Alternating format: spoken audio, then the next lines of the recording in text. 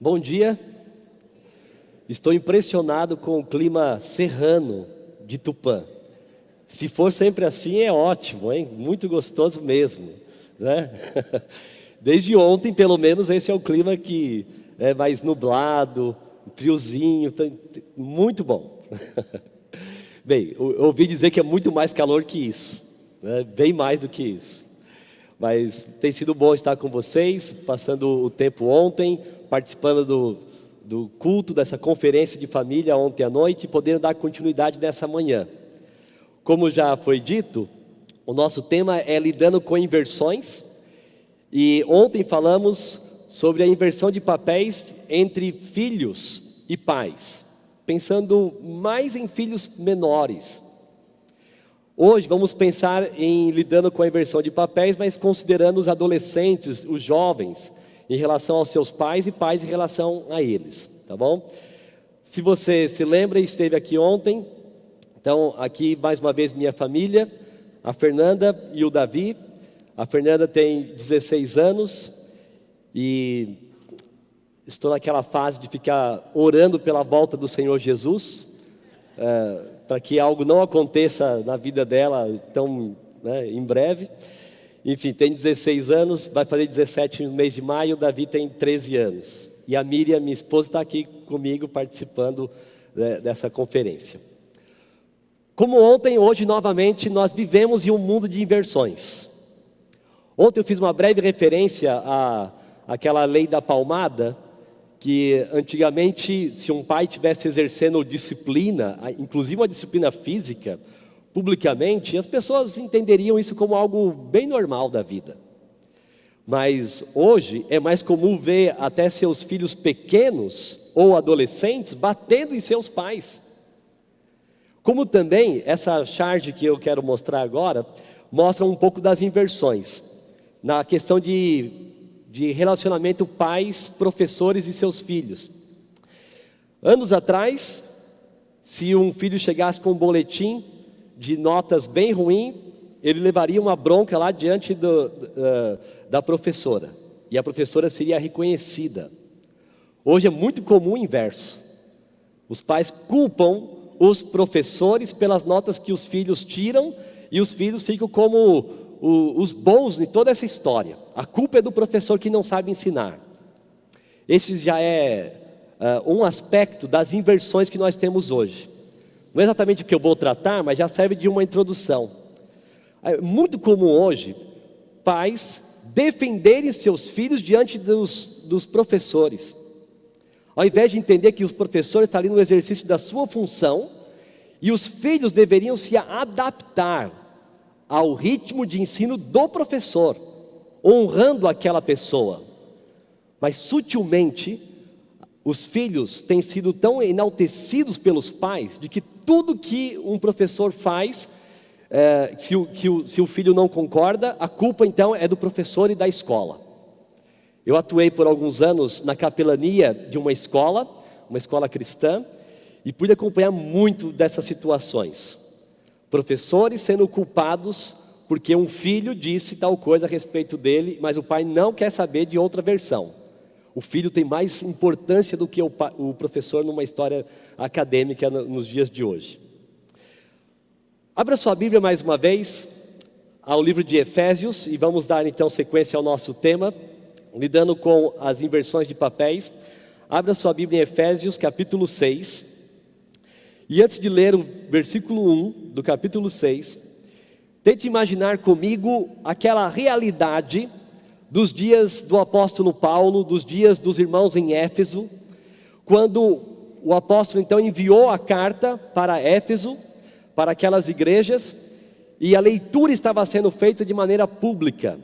A leitura estava sendo feita, vários assuntos sendo mencionados. Imagine então a igreja ouvindo aquela carta, aqueles ensinos, e em um momento a ênfase era geral, em algum momento a ênfase era pensando sobre Deus e as suas ações sobre nossas vidas, em outros momentos assuntos bem específicos, como nós falamos um pouco ontem, direcionados a grupos na igreja.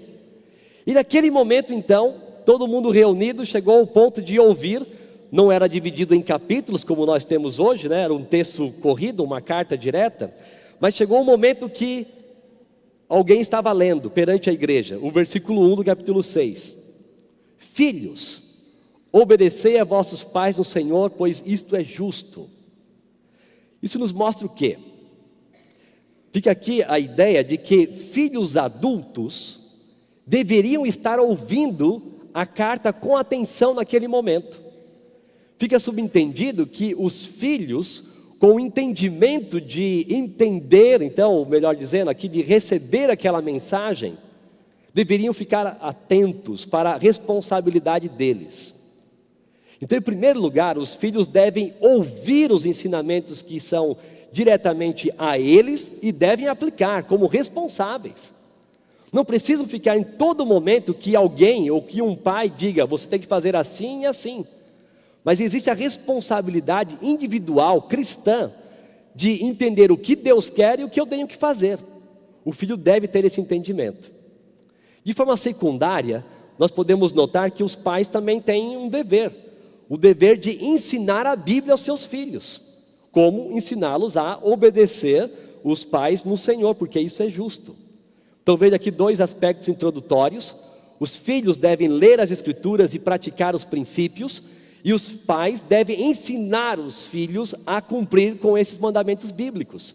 Existe responsabilidade dos dois lados. Mais uma vez, olhe bem esse texto de Efésios 6:1. Filhos, obedecei a vossos pais no Senhor, pois isto é justo. Honra a teu pai e a tua mãe, que é o primeiro mandamento com promessa, para que te vá bem e sejas de longa vida sobre a terra. Talvez você já tenha ouvido pessoas fazendo aquela pergunta assim, eu queria saber qual é a vontade de Deus para a minha vida. Já ouviu isso por alguém? Às vezes você pode até ter dito já. Mas a palavra de Deus não é mística. Ela não tem coisas em secreto que a gente tem que ficar descobrindo. Se um filho faz essa pergunta, o que o texto responde para ele? A resposta seria a seguinte: filho, a vontade de Deus para a sua vida é que você obedeça e honre o teu pai e tua mãe. Esse é o princípio da vida. Um filho não tem que ficar tentando então descobrir o que Deus quer de mim. Deus já declarou tão claramente, e um filho deve então buscar essa motivação e fazer da melhor forma possível. Eu existo para obedecer e honrar meu pai e minha mãe. Isso deve nortear todas as decisões da vida. Seja então as decisões profissionais, seja as decisões de relacionamento, sejam as simples decisões diárias, domésticas, tudo que vai se fazer, o que eu não vou fazer, o que eu vou fazer, por que vou fazer, eu devo pensar como eu posso obedecer e honrar meu pai e minha mãe. Em outro texto paralelo, Colossenses 3:20, diz assim: filhos, em tudo obedecei a vossos pais, pois fazê-lo é grato diante do Senhor. O que Deus quer dos filhos? Obediência aos pais. Isso é grato ao Senhor, isso o glorifica. Isso é a grande verdade para a vida dos filhos. Então, de forma bem objetiva, bem clara, filhos devem obedecer e honrar seus pais. Esse é o princípio muito claro para todos nós considerarmos nessa manhã. Agora, existem inversões nesse sentido? Sim, e eu quero compartilhar mais uma vez com os irmãos algumas inversões que nós encontramos a partir desse texto de Efésios 6:1, tá bom? Primeiro, lembre comigo que 2 Timóteo e Romanos capítulo 1 são duas passagens que, escritas lá no primeiro século, já estavam advertindo quanto a uma tendência que talvez seja muito evidente hoje, que a gente tem falado sobre essa desobediência, essa inversão de papéis, muito claramente. Lá em 2 Timóteo, capítulo 3, se você abrir a sua Bíblia lá mais uma vez, você vai notar o seguinte, né, no contexto. Em 2 Timóteo, capítulo 3, Paulo está escrevendo essa carta a Timóteo, e no versículo 1, ele diz que os últimos dias seriam terríveis, perigosos, difíceis. Ele estava advertindo a Timóteo dos dias que viriam. Com toda certeza nós vivenciamos então esses dias de uma forma muito mais próxima do que Timóteo até. Então essas têm sido as marcas dos dias de hoje também. Quais? Veja, no versículo 2: os homens serão egoístas, ou amantes de si mesmos, avarentos, jactanciosos, arrogantes, blasfemadores. E nessa lista de tantos pecados tem lá: desobediente aos pais, ingratos, irreverentes, desafeiçoados, implacáveis. E a lista continua. Mas parece que às vezes a nossa leitura, ela é assim meio arbitrária, para se dar destaque a alguns pecados e não a outros. Talvez a blasfêmia seja algo que nos chame muito a atenção. Talvez a avareza desperta muito aos nossos olhos, cresce muito assim, é assustador. Mas desobediência aos pais é um pecado tão sério quanto. No outro texto também, só para a gente ter um pouco mais desse contexto, em Romanos capítulo 1, Paulo descreve também uma série de pecados, e diz ali então que os homens estão a uma disposição mental reprovável, estão praticando coisas inconvenientes. Entre uma lista de coisas inconvenientes, entre uma lista de pecados, mais uma vez lá aparece desobedientes aos pais. Quais são as inversões que nós encontramos hoje? Em primeiro lugar, a primeira inversão que eu quero destacar nessa manhã é a inversão do renomear o termo bíblico. O que eu quero dizer é o seguinte: desobediência aos pais é pecado. É um termo bíblico, fácil de entender. Nós olhamos para esses textos e encontramos ali desobediência aos pais numa lista de tantos outros pecados. Mas hoje, estamos sofrendo essa influência de uma renomeação do termo, a ponto de pessoas falarem que não é pecado a desobediência aos pais, mas sim é tão pecado quanto arrogância, calúnia, blasfêmia, crueldade, irreverência, avareza, homicídio, contenda. Logo, desobediência não é um transtorno de rebeldia resistente. Eu gosto desse termo porque é tratado por alguns a partir de um manual de doenças mentais, alguns transtornos, e se coloca lá de que pessoas que sofrem sofrem para obedecer ordens, para serem submissas, na verdade elas estão sofrendo de um transtorno de rebeldia resistente. O nome é bonito, mas poderia ser substituído por pecado. Pronto, esse é o termo. Agora, esses rótulos, esses diagnósticos tiram a culpa da pessoa, porque afinal de contas ela é uma pessoa que precisa de tratamento. Mas a palavra de Deus não trata essas coisas assim. Imagine você, Deus falando sobre Israel, o povo de Israel no Antigo Testamento, um povo de dura cerviz, um povo rebelde, mas substituindo pelo novo termo. O povo de Israel, ele sofria de transtorno de rebeldia resistente. Eu, Deus, preciso trazer uma solução para eles de outra maneira. Impossível isso. Não é aceitável. Deus chamou o povo de Israel de povo rebelde porque era desobediente. Era questão do coração deles e não meramente uma questão comportamental. Por isso, nos textos de Romanos e também em 2 Timóteo, a desobediência aos pais é colocada numa lista de tantos outros pecados. E não era por causa de uma questão comportamental apenas. Algumas pessoas dizem que para uma pessoa ser categorizada ou diagnosticada como sofrendo desse transtorno, tem duas marcas evidentes. Uma, a recusa de atender os pedidos da maioria, e a pratica ações para incomodar outros. Pensa numa criança rebelde. Pensa num adolescente rebelde. Pensa num jovem rebelde. Obviamente essas duas marcas vão estar lá. Recusa-se a atender aos pedidos da maioria, podendo ser do pai, da mãe, do avô, da avó, do tio, da professora da escola dominical, do professor na escola, do pastor, seja quem for. E a outra marca pratica ações para incomodar outros. Sabe aquela coisa de fazer para provocar? Então, isso vai ser encontrado facilmente. Agora, não é um problema de comportamento, mas sim de coração. Abra sua Bíblia em Mateus capítulo 15. Mateus capítulo 15. Em Mateus 15, temos uma passagem que nos ajuda a entender a respeito da origem dos maus comportamentos, das más ações, das ações pecaminosas. Mateus 15, Jesus estava ensinando algo a respeito do coração e disse assim no versículo 18. Mateus 15, 18. Mas o que sai da boca vem do coração. É isso que contamina o homem. Veja o versículo 19.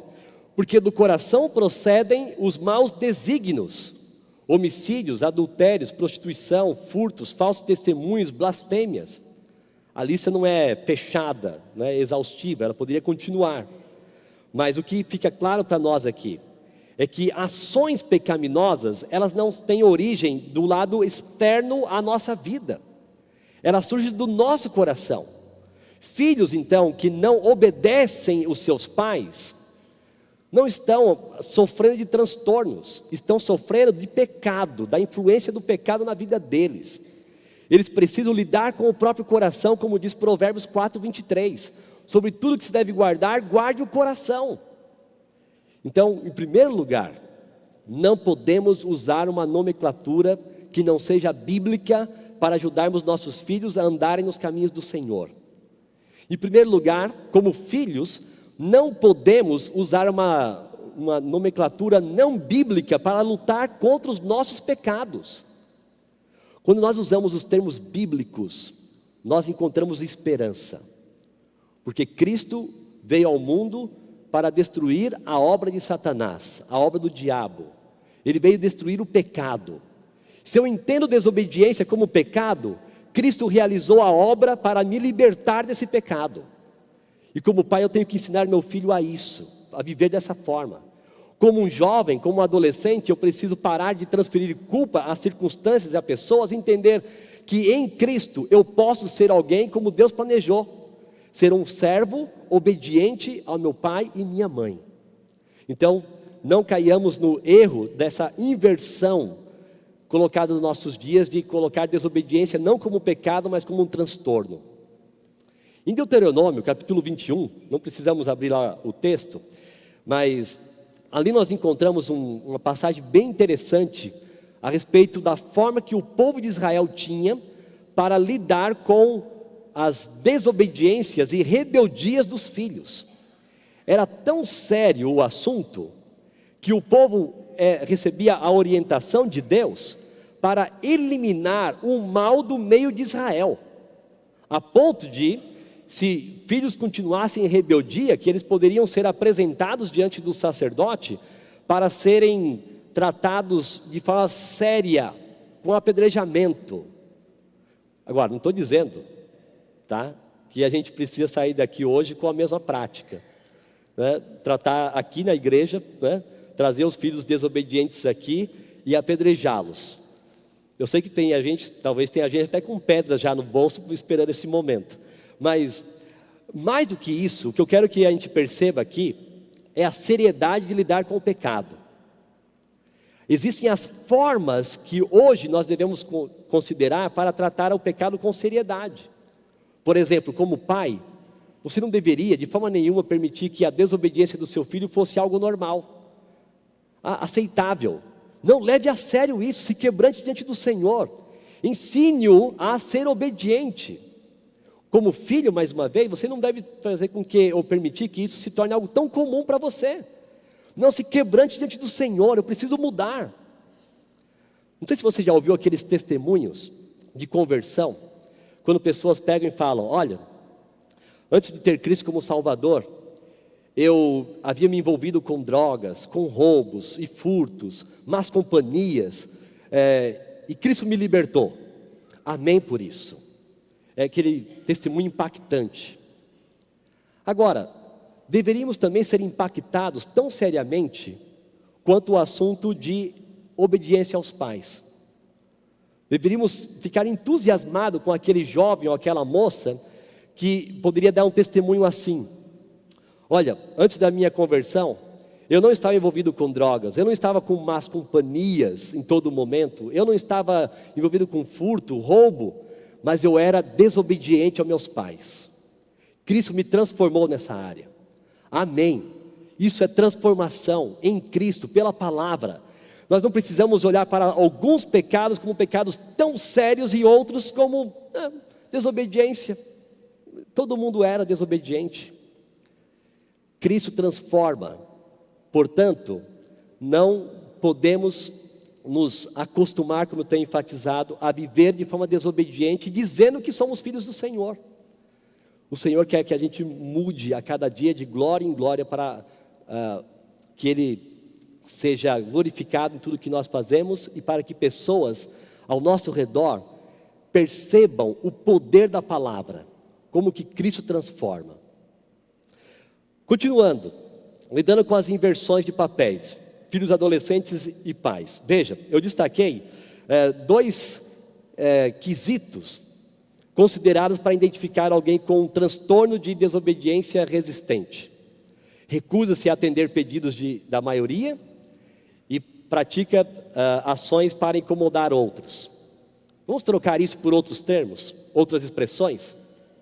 E chamar de seguinte: desobediência expressa em rebeldia. E desobediência expressa pelo egoísmo. Agora temos termos bíblicos: rebeldia e egoísmo. Por essa razão é que um filho rebelde, ele não está disposto a ouvir pai, mãe ou qualquer outra pessoa. Por essa razão que um filho então egoísta se preocupa muito mais com as suas coisas do que com a de outras pessoas, inclusive com aqueles que ele deveria honrar e obedecer, o seu pai e sua mãe. Não sei se você viu anos atrás uma reportagem na revista Veja, colocando como reportagem de capa o seguinte: eles é que mandam. Um retrato dos adolescentes de hoje. Eles são os reis da era digital, decidem o que a família vai comprar, custam caríssimo, mas estão mais desorientados do que nunca. Talvez um dos pontos que faz com que adolescentes se achem os tais, os jovens em geral, é que realmente eles podem saber mais do que os pais em algumas áreas da vida, em área digital principalmente. Só que a vida não é só área digital, a vida é muito mais do que isso. Eu me lembro que quando eu era adolescente, e não faz muito tempo, viu, Paulo? Quando em casa chegou pela primeira vez um videocassete. Um aparelho antigo, né? Que era tão raro que havia até o costume de se alugar o videocassete para aquele fim de semana a família assistir alguns filmes. E eu com 11 ou 12 anos eu sabia pegar o videocassete, ligar na antena da televisão com chave de fenda, né, os parafusinhos lá para conectar, pegar no canal, sintonizar girando a mão, tudo isso aí. Meus irmãos mais velhos não sabiam, muito menos meu pai. Aí eu pensava então, poxa, sei muito mais do que eles, tenho muito mais sabedoria, aquela arrogância de adolescente. Até que eu comecei a ver nos dias de hoje. Uma vez eu estava pregando com o tablet e travou ali, e eu não sabia mais o que fazer. No meio do sermão eu falei: Davi, vem cá. Ele veio, em 2 toques ele resolveu o problema. Aí eu, os tempos mudam, não é? Hoje ele sabe muito mais dessas áreas do que eu. E é assim. Por causa disso, alguns adolescentes costumam pensar que a vida é também interpretada por eles, entendida por eles, com muito mais sabedoria do que pai e mãe, o que é um grande erro. Eles precisam ser submissos, servos, obedientes, ouvintes dos seus pais, para que sejam então sábios na vida cristã, e não pensar como estes. Nós vivemos nessa crise por causa dessa geração chamada nem, né? Essa geração nem. A geração nem trabalha, a geração nem estuda. Nem trabalha, nem estuda. Anos atrás, as pessoas trabalhavam cedo, começavam a trabalhar com 12 anos, com 13 anos. Eu comecei a trabalhar com 14 anos. Hoje em dia, devido a algumas leis, boas também, mas isso também contribuiu para a infantilização dos adolescentes e jovens. Eles muitas vezes estão com seus 18, 19 anos, 20, para não dizer mais. E o que fazem na vida? Nem trabalham, nem estudam. Muitos. E são o quê? São aqueles exemplos de jovens que vivem num sofá, vivem jogando videogame, sabem tudo de videogame. São especialistas de todos os tipos que possam ser considerados. Mas isso não é cumprir com o grande propósito de vida. Glorificar a Deus em todas as coisas e partindo da questão de casa, obedecendo e honrando meu pai e minha mãe. Sabe o que deveria motivar um filho ao acordar logo cedo? Como hoje eu posso honrar a minha mãe? Como hoje eu posso expressar obediência ao meu pai? Sabe assim, acordar pela manhã, lavar o carro, aspirar, passar cera. E se o pai falar, você vai querer sair com o carro? Ele, não, pai, só queria deixar limpinho para você. Sabe aquele almoço de domingo e os dois filhos, o filho e a filha brigando para saber quem vai lavar a louça? Eu vou lavar. Não, hoje é eu que lavo, né? Isso seria honrar, obedecer em pequenas coisas, quanto mais em buscar oportunidade para mostrar o quanto que eu respeito esse homem e essa mulher que Deus soberanamente colocou em minha vida. Você não escolheu seu pai e sua mãe, você recebeu essas pessoas por Deus, e você não tem que esperar que eles sejam os perfeitos pais e mães da sua vida, porque cabe a você obedecê-los, honrando ao Senhor. Vamos pensar nessa segunda inversão agora. Filhos, então, não obedecendo aos seus pais.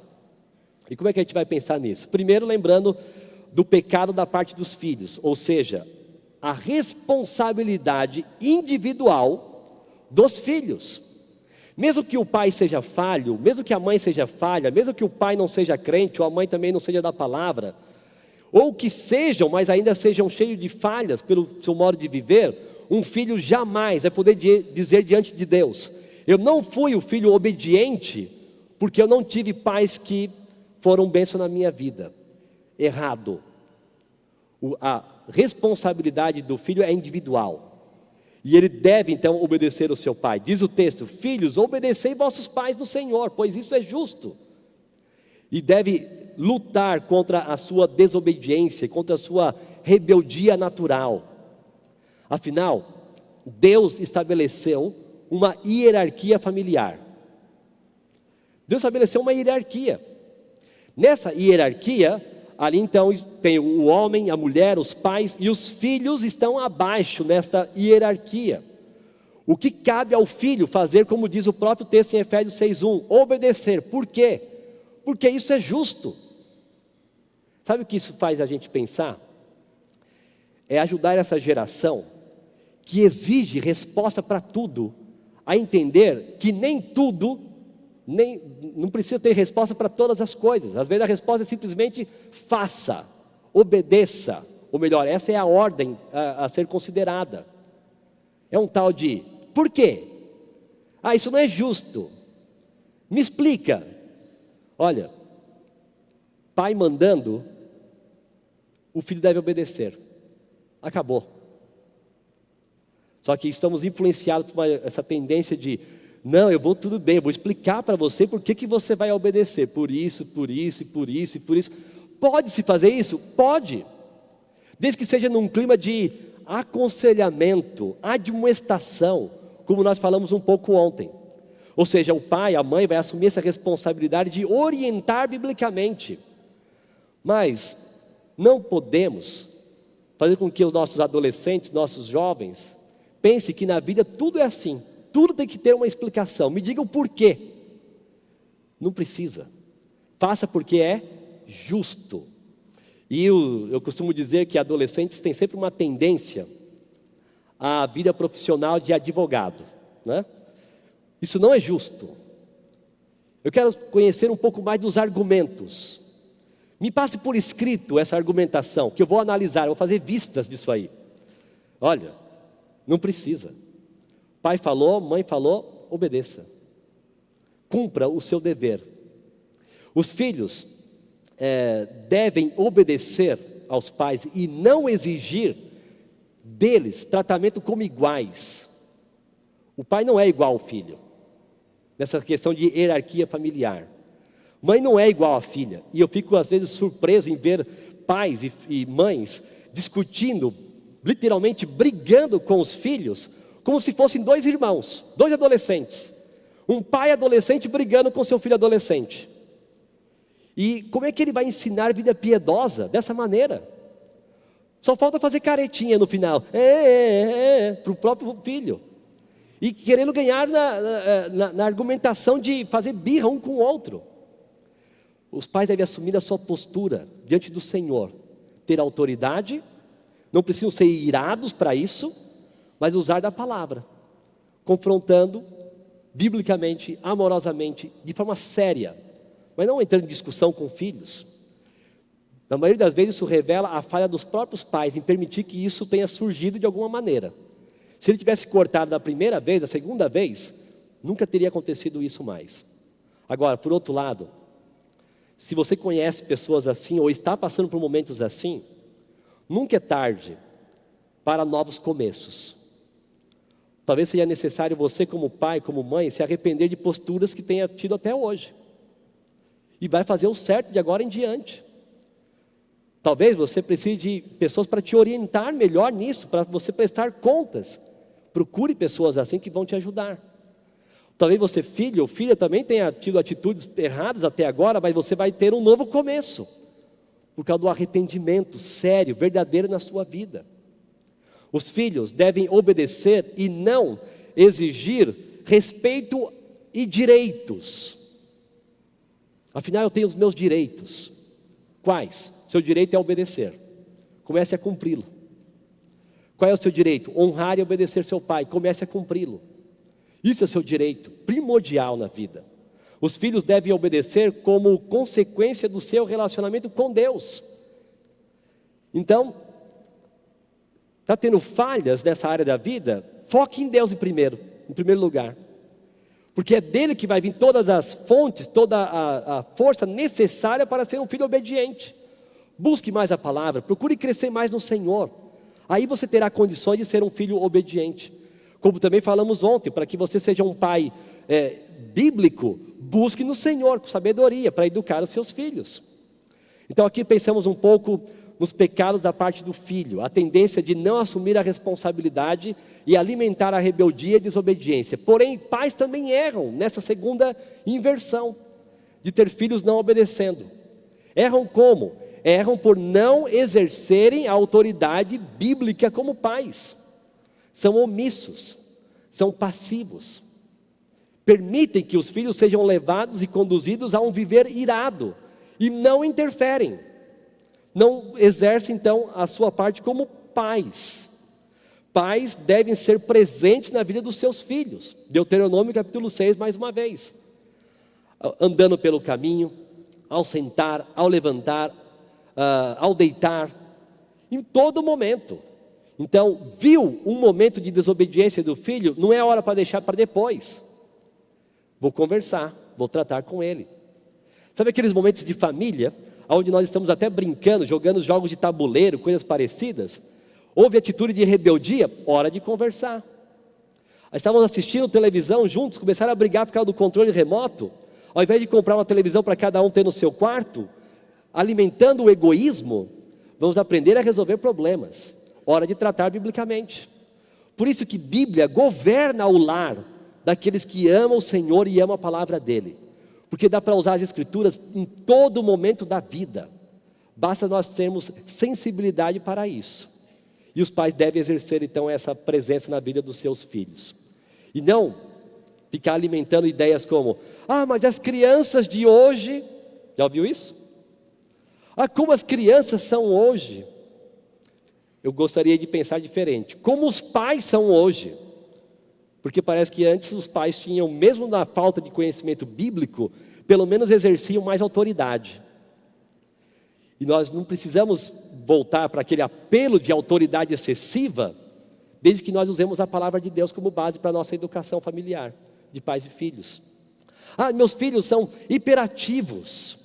Outro grande rótulo usado nos dias de hoje.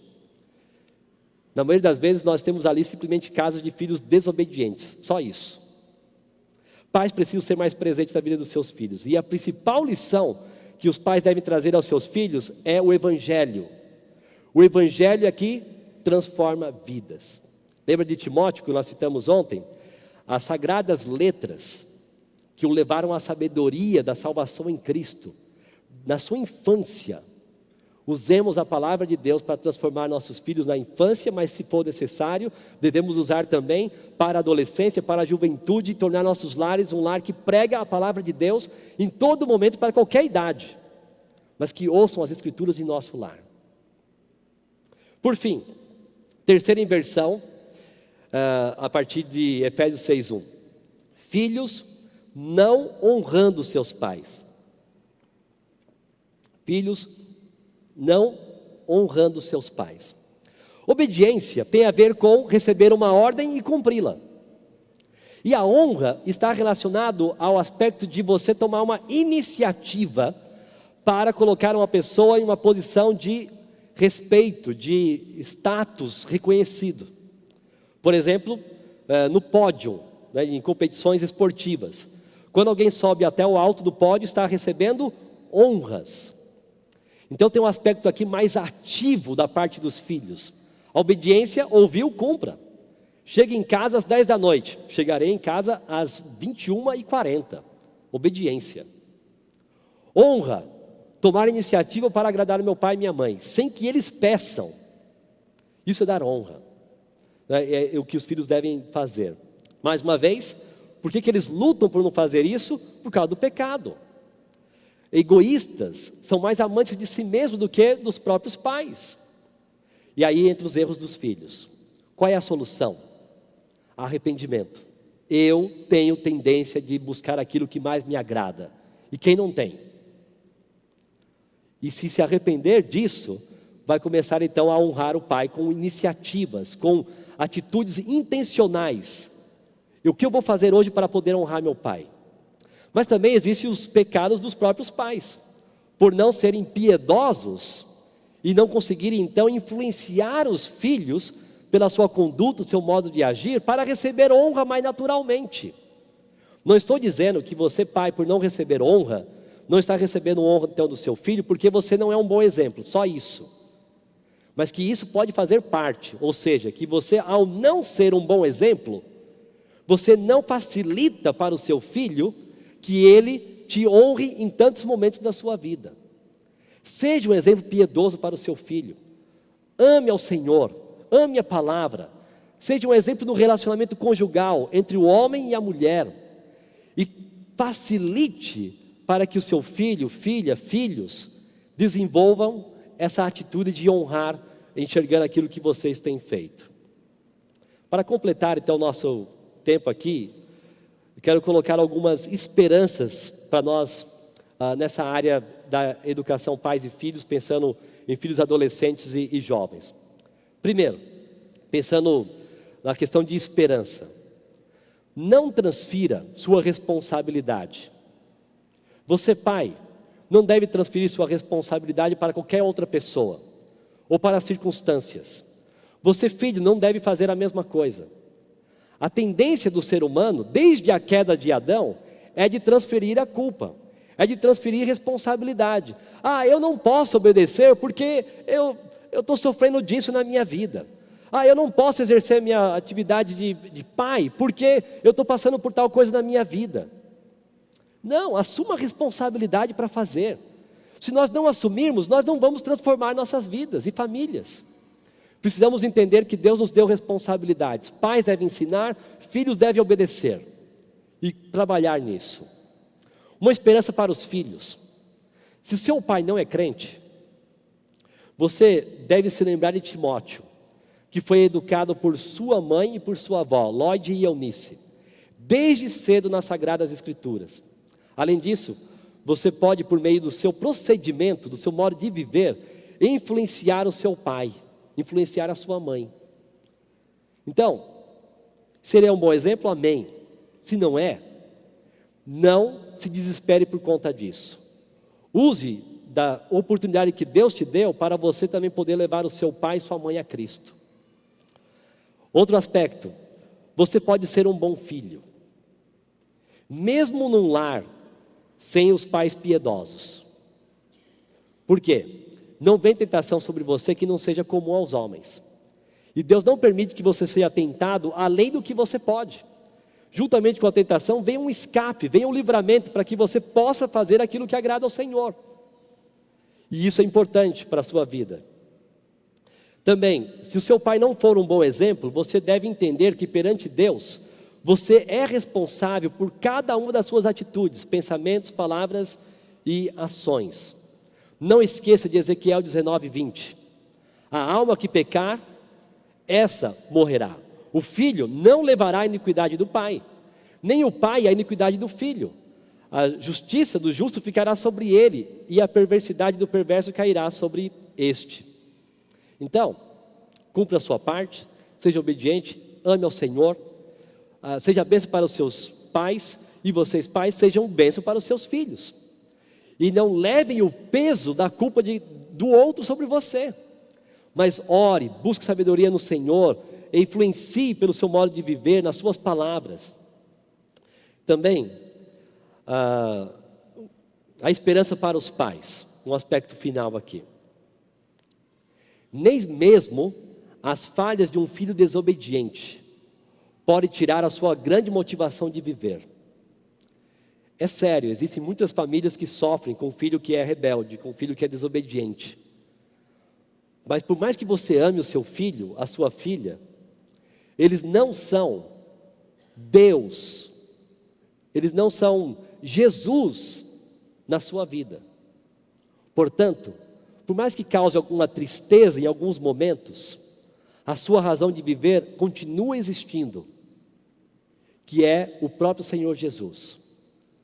Não permita que uma desobediência, uma falha de um filho, uma filha, tire a sua alegria de viver para o Senhor Jesus. Alegre-se diariamente pela oportunidade que você tem de poder ser mais uma vez exemplo de vida para o seu filho. Alegre-se mais uma vez pela oportunidade que você tem de orar a Deus em favor do seu filho. Mas não permita que o seu filho assuma o lugar de Deus na sua vida. Porque a sua satisfação de viver, a sua motivação de viver é Deus, somente o Senhor.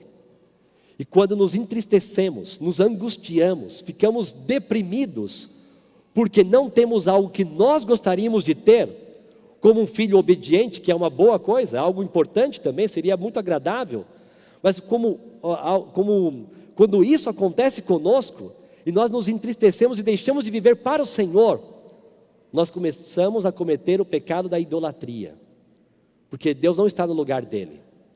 Deus é aquele que satisfaz a nossa vida plenamente.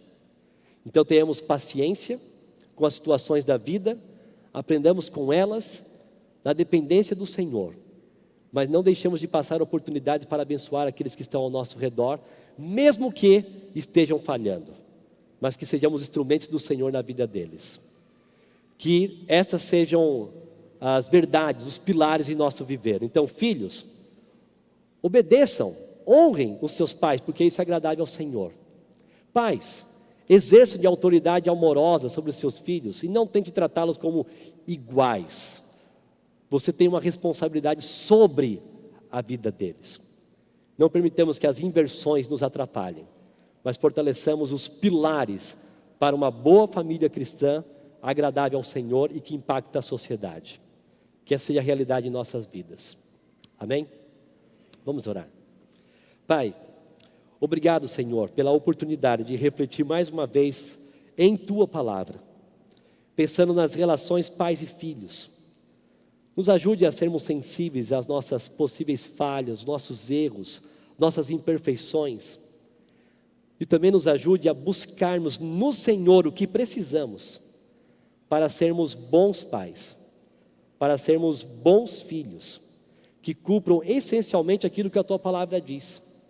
Que filhos obedeçam e honrem os seus pais, e que os pais ensinem, eduquem na disciplina e administração do Senhor os Teus filhos. Pai, que busquemos sempre no Senhor, na Tua palavra, o que nós precisamos. Dependemos de Ti para cumprir a Tua vontade. Nos fortaleça nesse sentido, no nome de Jesus. Amém.